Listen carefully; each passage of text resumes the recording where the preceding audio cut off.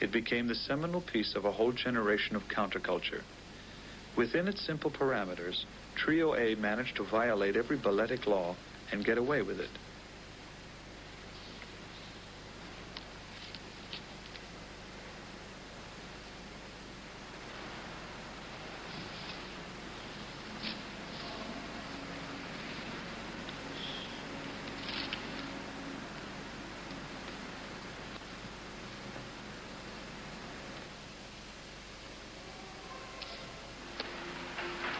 It could be danced by anyone, in solo, trio, or in corps de ballet.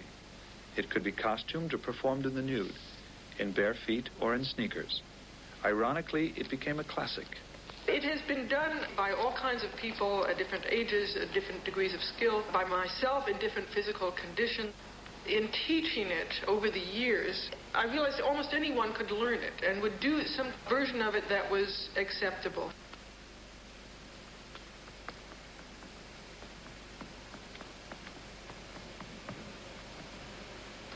Without transitions, with almost non-existent pauses, with one part of the body picking up as soon as another part of the body had finished, with cross and counter rhythms being exchanged between arms, head and legs, the dance was a paradigm of Yvonne's doctrines.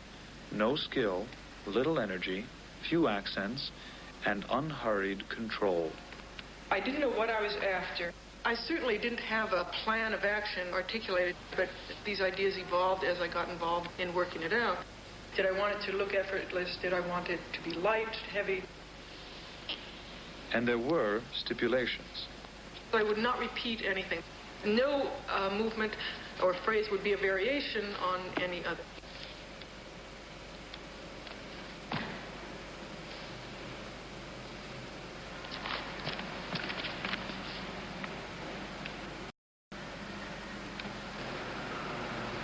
In 1965, Yvonne had already stated her platform with her now famous No manifesto.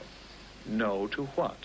Oh, it went from theatricality to garbage happenings. I was saying no to a lot of the happenings that I was seeing, too. I guess everything I didn't like at the time. No to moving or being moved. It was one of them, whatever that means. It was also no to spectacle, virtuosity, magic, make-believe. No to glamour, trash imagery. No to style, camp, or seduction of the spectator. Yvonne had been flattered and pampered by the village press. She found herself, willy-nilly, a guilty high priestess or boss lady in the surfacing underground.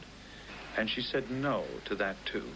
So much dancing had to do with a kind of narcissism. And I was, of course, very aware of my own narcissistic pleasure in revealing myself and being exposed before the adoring, loving gaze of the audience. I did not accept this part of myself. So, Yvonne shuns admirers in Trio A. That every time my body faced the audience, the head had to be turned profile or engaged in its own movement, so that the gaze, the contact with the audience, the face, is constantly minimized.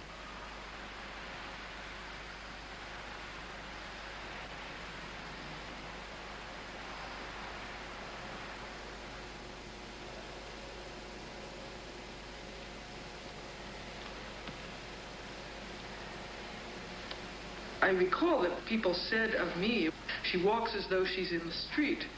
And that was a very telling response for me at the time, and I think it still says a lot about an audience reactions to seeing people walking as though they're in the street. If you walked as a dancer, you walked as though you were a queen, an aristocrat, a character, someone who was more than ordinary, more than human.